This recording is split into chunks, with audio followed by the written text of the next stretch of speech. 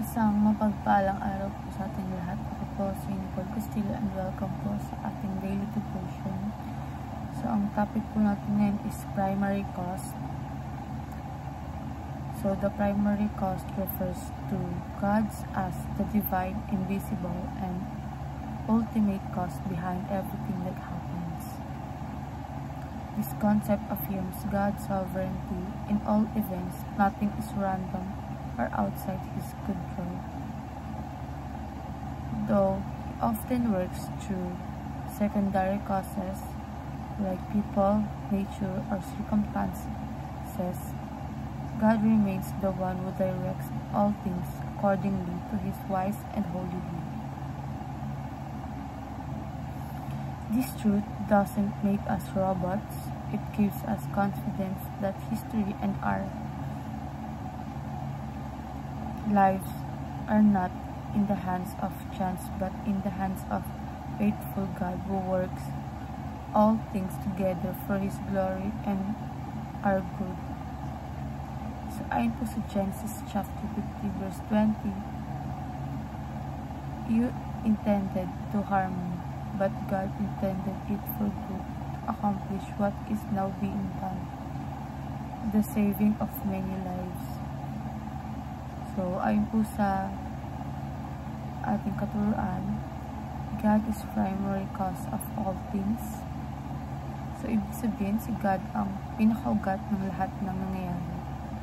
Siya ang creator at controller ng buong universe.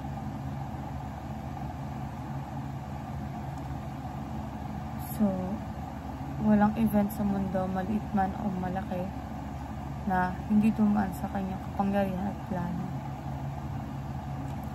And next is,